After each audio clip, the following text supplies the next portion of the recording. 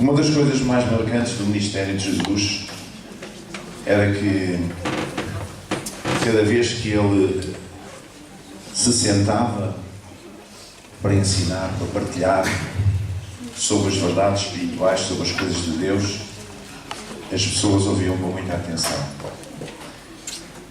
E era de tal forma que houve milhares de pessoas que o seguiam para onde quer que ele fosse, apenas para ouvir falar, apenas para ouvir aquilo que ele tinha a dizer. E é assim que vamos encontrar lá na multiplicação dos pães milhares de pessoas que o seguiram porque gostavam de ouvir a sua palavra, porque ele falava não como os religiosos dos seus dias, mas falava palavras de vida. E a Bíblia diz que a palavra do Senhor é espírito e vida. E nós lá no funeral da nossa irmã, estavam muitas pessoas e elas estavam muito atentas, e eu estava a falar com alguma dificuldade por causa da... Se me sabem porquê, ainda não estou bem da voz, e as pessoas estavam a beber cada palavra que eu dizia, estavam a receber. Pessoas que talvez nunca tinham ouvido falar desta maneira. Normalmente as pessoas gostam muito, quem nunca assistiu, de assistir a uma cerimónia fúnebre evangélica, porque não é uma cartilha, não é uma coisa que se repete, é qualquer coisa que é falado espontaneamente e que tem um conteúdo próprio. E então as pessoas estavam a ouvir com muita atenção. E a palavra de Deus, de facto, é ela que nos responde aos nossos anseios, responde às nossas necessidades. Se as pessoas vivessem o cristianismo bíblico, o cristianismo como deve ser, não precisavam de andar à procura de tantas coisas no mundo espiritual para saciar a sua sede, porque a palavra do Senhor é espírito e vida. E é por isso que é importante ouvir a palavra de Deus, receber a palavra de Deus, deixar que ela desça da mente ao coração e que cumpra o papel para o qual ela foi enviada. Ou seja, deixar que ela, como semente espiritual, possa reproduzir-se, germinar e crescer fruto de Deus em nós. E isso acontece quando nós ouvimos a palavra de Deus com atenção e quando nós o fazemos com o coração aberto. Gostaria de vos convidar a abrir a Bíblia em Apocalipse capítulo 3. Eu vou ler apenas do 7 ao 13, que é a carta à Igreja de Filadélfia. E diz assim: ao anjo da igreja que está em Filadélfia escreve: isto diz o que é santo, o que é verdadeiro, o que tem a chave de Davi, o que abre ninguém fecha, e fecha ninguém abre. Eu sei as tuas obras. Eis que diante de ti pus uma porta aberta. Diga comigo: uma porta aberta. E ninguém a pode fechar. Tendo pouca força, guardaste a minha palavra e não negaste o meu nome. Eis que eu farei aos da sinagoga de Satanás, aos que se dizem judeus e não são, mas mentem. Eis que eu farei que venham e adorem prostrados a teus pés e saibam que eu te amo. Como guardaste a minha paciência, também como guardaste a palavra da minha paciência, também eu te guardarei na hora da tentação que há de vir sobre todo o mundo para tentar os que habitam na terra. Eis que venho sem demora. Guarda o que tens para que ninguém tome a tua coroa. A quem vencer eu darei coluna no templo do meu Deus e dele nunca sairá. Escreverei sobre ele o nome do meu Deus e o nome da cidade do meu Deus, a Nova Jerusalém, que desce do céu do meu Deus, e também um novo nome. Quem tem ouvidos, ouça o que o Espírito diz às igrejas. O tema esta manhã é a porta aberta que Deus tem posto diante de nós. Muitas vezes, em alguns momentos da vida, nós temos a sensação que só encontramos muros à nossa frente, só encontramos parede, não encontramos uma saída, não encontramos um escape. E nesta visão de João, do apóstolo João chamado João Evangelista, quando ele estava lá exilado na ilha de Patmos, por causa da perseguição que foi alvo por causa do Evangelho, já no final do primeiro século. Ele teve esta visão e da sua visão ele recebeu uma mensagem de Jesus para cada uma de 7 igrejas da Ásia Menor, e esta era dedicada à igreja de Filadélfia. E esta mensagem à igreja de Filadélfia é muito interessante, porque ela fala, não é muito vulgar aparecer esta expressão na Bíblia, creio que só aparece aqui, a porta aberta. Deus pôs uma porta aberta. Jesus abriu-nos uma porta. Eis que pus uma porta aberta diante de ti, e ninguém a pode fechar. Então é bom que nós possamos ter consciência que Jesus abriu uma porta diante de nós, diante da igreja, diante dos filhos de Deus. Essa porta está à nossa frente e ninguém a pode fechar. Ninguém a pode fechar. Muitas vezes nós queixamos porque parece que temos ali uma oportunidade na nossa vida, uma porta que se abre, mas depois vem alguém e põe-se à frente e alguém fecha a porta. E nós não conseguimos passar pela porta e não conseguimos aproveitar essa oportunidade. Mas a garantia da palavra de Deus é que a porta que Jesus abriu, ninguém a pode fechar. A porta que Ele abriu na tua vida, ninguém a pode fechar. Nenhuma outra pessoa, nenhum poder deste mundo nem de outro mundo, nenhum poder sobrenatural, nenhum poder humano pode fechar a porta que Deus abriu. Só há uma pessoa que pode fechar essa porta. Sou eu próprio. A porta que Jesus abriu para mim. Mas se eu quiser passar por ela, ninguém me pode impedir. E Jesus, o próprio Jesus que a abriu, Ele não vai fechar, porque Ele não contradiz a sua própria palavra. Ele pôs uma porta aberta para nós podermos passar. E esta é a mensagem que Ele está a dirigir à igreja de Filadélfia. A igreja de Filadélfia é uma daquelas que estavam mais alinhadas, digamos assim, mais de acordo com a palavra de Deus, destas 7 cartas que nós encontramos aqui neste capítulo. E diz aqui um outro aspecto que parece muito interessante. Conheço as tuas obras, diz no versículo 8. Conheço as tuas obras. Jesus está atento às obras da igreja. Isto é, Jesus está atento às obras dos cristãos. A tradição protestante e evangélica é muito a ênfase na fé. A tradição mais católica, digamos, é a ênfase talvez nas obras. E estas duas tradições têm coexistido ao longo dos séculos. Mas não pode haver uma coisa sem outra. O apóstolo Tiago diz que a fé sem obras é morta. Tens fé, mostra-me as tuas obras, diz o apóstolo. Então, a fé e as obras estão associadas. Eu não sou salvo pelas minhas obras, mas a fé que me salva, a consequência da fé, são as obras que eu pratico. As boas obras. Se eu tenho fé, eu tenho que produzir boas obras, porque está na minha natureza espiritual, na minha nova natureza espiritual, produzir boas obras. Se eu não tenho fé, é normal que essas boas obras não apareçam. Mas se eu tenho fé em Deus, então essas obras vão aparecer. Não é pelas obras que eu chego ao céu, não é pelas esmolas, não é pelas velas, não é por nada disso, não é por qualquer coisa que eu faça, não é por um mérito meu. É apenas pela graça do nosso Senhor e Salvador Jesus Cristo, que se entregou a si mesmo por mim. É por causa disso. É pelo favor de Deus. É pela graça de Deus. Mas se eu sou um homem e uma mulher de fé, se eu me converti a Deus, se Jesus Cristo é o meu Senhor da minha vida e o Salvador da minha alma, então eu tenho que produzir obras, boas obras na minha vida. E Ele está atento às obras. Eu conheço as tuas obras. Jesus conhece as tuas obras. Jesus conhece aquilo que tu fazes. Jesus conhece aquilo que devias fazer e não fazes. Jesus conhece os teus pensamentos. Jesus conhece as tuas atitudes. Amém? Ele está atento. Ele abriu uma porta, mas Ele está atento às tuas obras. E mais à frente, Ele diz, tendo pouca fé, ou seja, eu sei que a tua fé é pouca. Jesus conhece a fé que nós temos e sabe que a fé é pouca. Não há super crentes, não há super pastores, não há super pregadores. Isso não existe. Isso só existe na cabeça das pessoas. Isso é uma ilusão. Todos nós somos fracos. Todos nós somos de carne e osso. Todos nós estamos sujeitos a falhar. Não há ninguém perfeito, não há um justo, nem um sequer, diz a Escritura. E é pela graça de Deus que nós estamos aqui. Não é porque somos perfeitos, nem pouco mais ou menos, nem por termos muita fé. Não.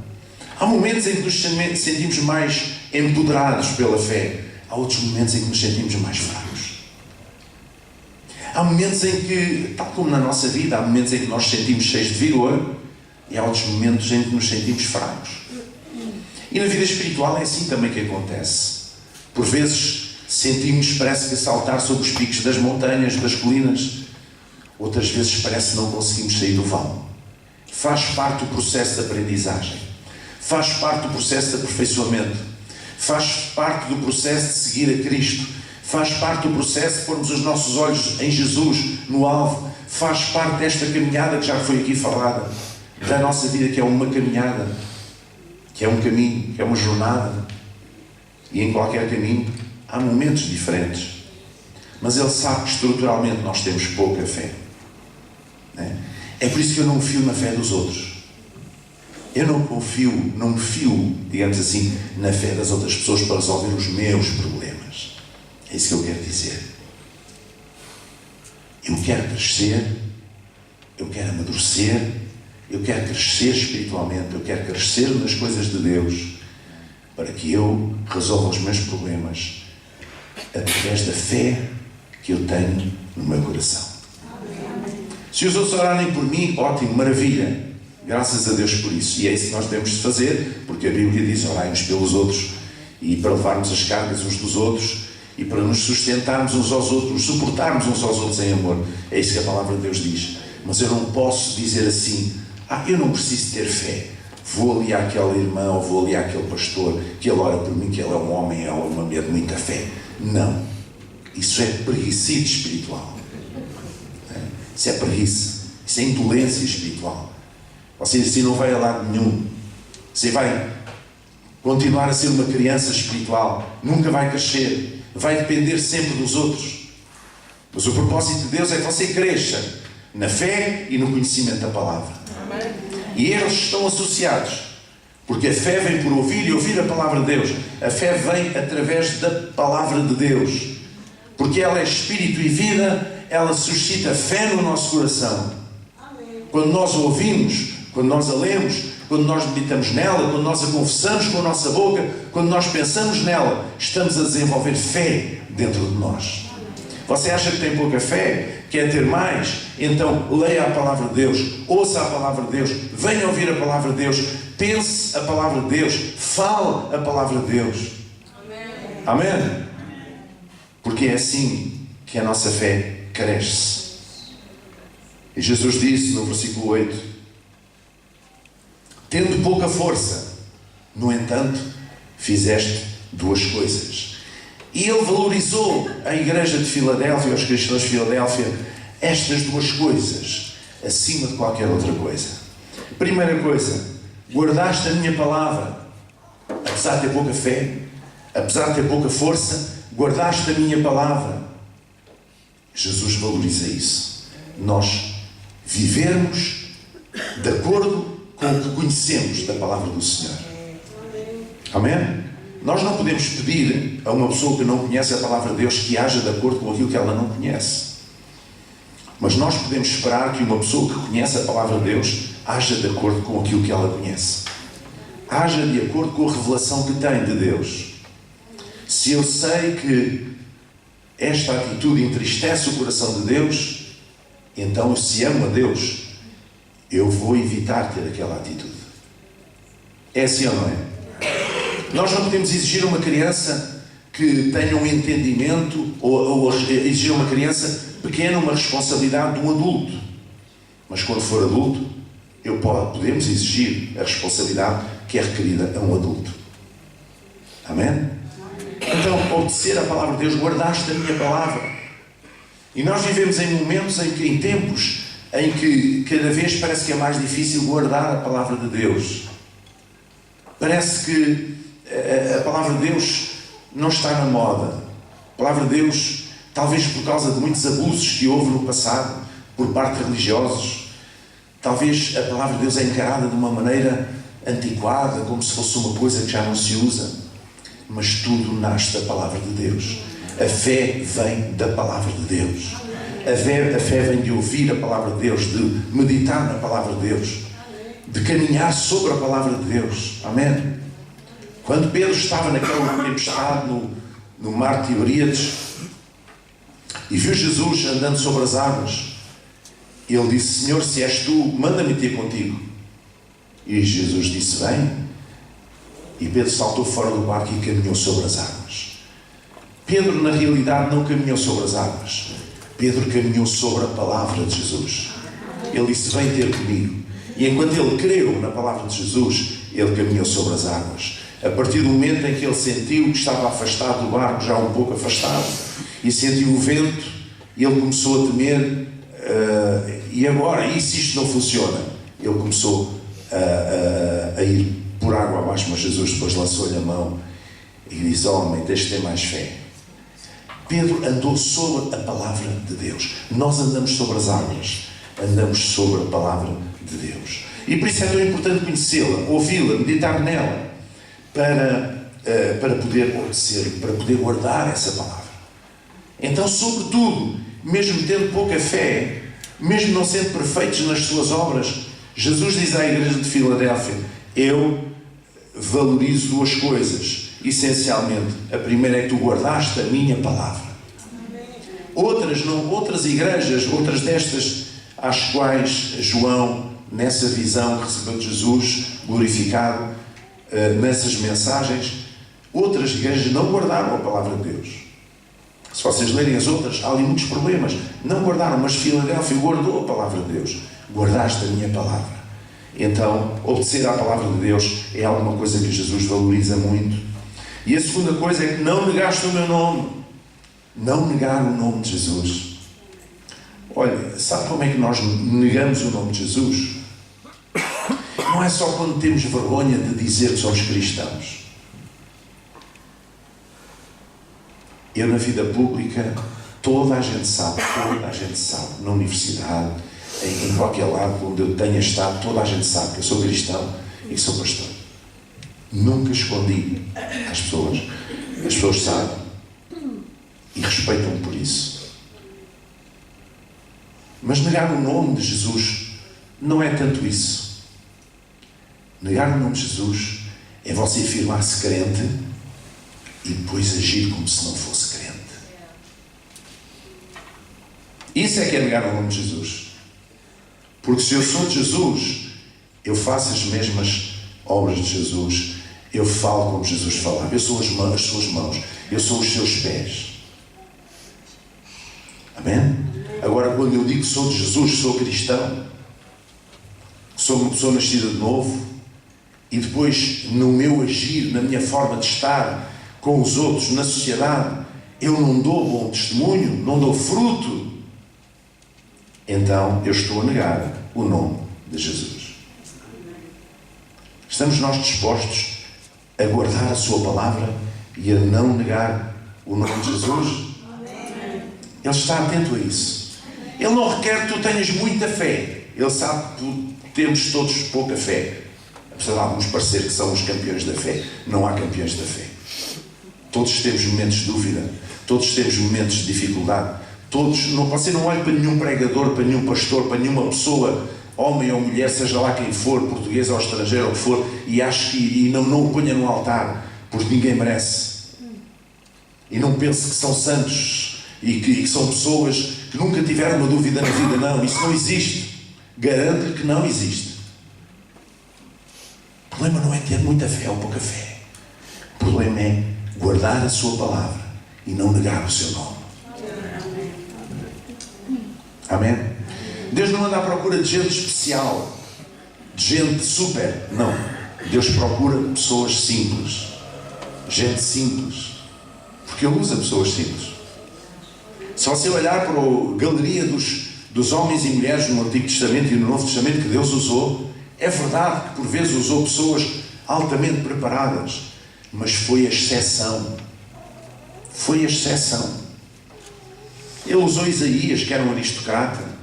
Ele usou Paulo, que era um homem altamente preparado. um homem com conhecimentos fantásticos, mas ele usou pescadores, usou pessoas que trabalhavam no campo. Amós era guardador de gado. Ele usou pessoas simples. A maior parte das pessoas que ele usou, pessoas simples. E aqueles que eram pessoas altamente preparadas que ele usou, ele só os pôde usar porque eles puseram-se na condição perante Deus de pessoas simples.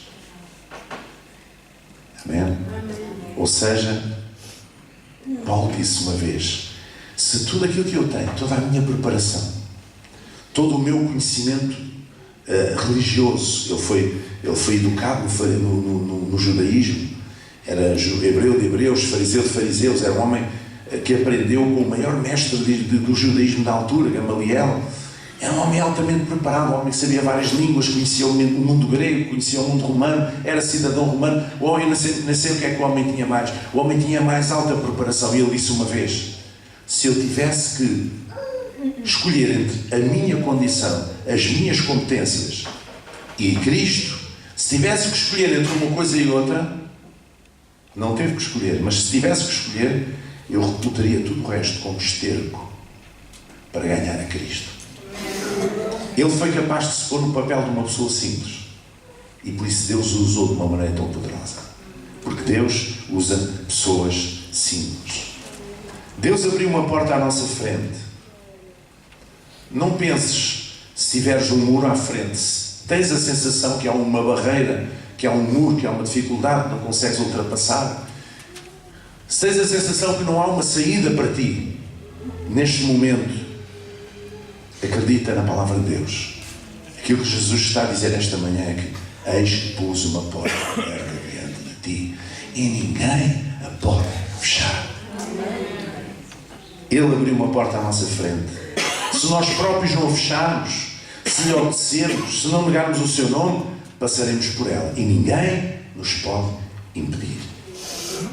Apocalipse capítulo 4, versículo 1, mais à frente, diz as seguintes palavras: depois destas coisas olhei, e eis que estava uma porta aberta no céu. E a primeira voz, como que de trombeta, ouvir a falar comigo, disse: sobe aqui e mostrar-te as coisas que depois destas devem acontecer. Depois desta visão, mais adiante, a certa altura, João, ele viu uma porta aberta no céu. O nosso Deus é um Deus que abre portas. Não é um Deus que fecha portas. É um Deus que abre portas. E por isso, a nossa oração deve ser: Senhor, ajuda-me a ver a porta que Tu me abriste. Muitas vezes acontece que Deus abriu uma porta, mas nós estamos tão fixados nas nossas ideias próprias, na nossa maneira de ver as coisas, que nós estamos a olhar para o outro lado e estamos a ver portas fechadas, estamos a ver janelas fechadas e dizemos assim: para onde é que eu saio? E não olhamos para aquele lado onde está uma porta aberta que Deus abriu. Se calhar Deus está-nos a encaminhar noutro sentido.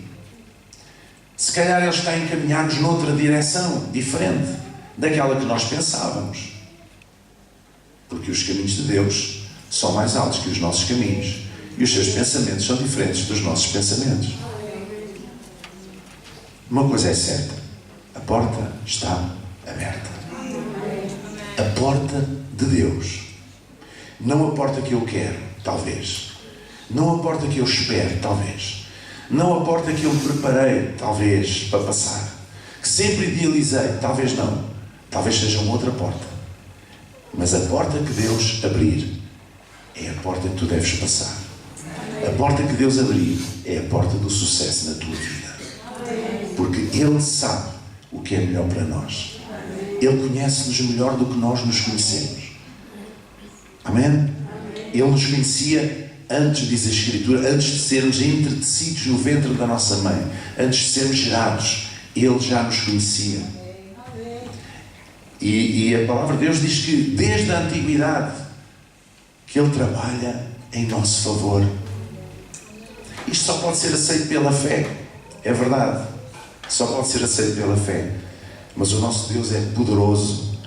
É o Deus único e verdadeiro Deus é acima dos céus e embaixo na terra. Deus que está acima do espaço e do tempo, que é o Senhor do espaço e é o Senhor do tempo. Ele pode todas as coisas, Ele sabe todas as coisas, Ele não há nada que o impeça, e Ele ama-nos com um amor profundo. Amém? Quando nós somos pequenos e vamos pela mão da nossa mãe, às vezes nós vamos a caminhar, nós queremos ir por um caminho, e a nossa mãe segura-nos a mão e diz: não é por aí, é por aqui. Nós achamos, na nossa inocência, na nossa inconsciência, na nossa ignorância, achamos que aquele caminho é mais curtido, é mais interessante.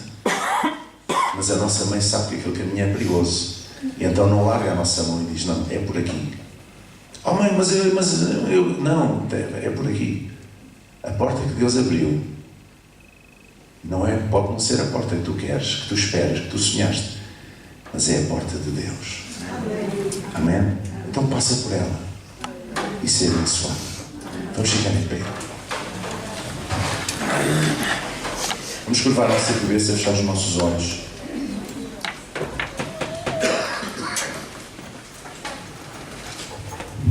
Nosso Deus e Pai, esta manhã nós queremos agradecer pela Tua Palavra, Senhor, que esta manhã tens trazido a nós. Te agradecemos pela oportunidade de estarmos aqui neste lugar, Senhor, na Tua casa, para louvar o Teu nome, para ouvir a Tua Palavra. Essa Palavra que gera fé nos nossos corações, fé para crer em Ti, Senhor, fé para confiar em Ti verdadeiramente, Senhor. Pai, esta manhã eu oro para que Tu possas mostrar a porta aberta que tens posto diante de cada um de nós, Senhor.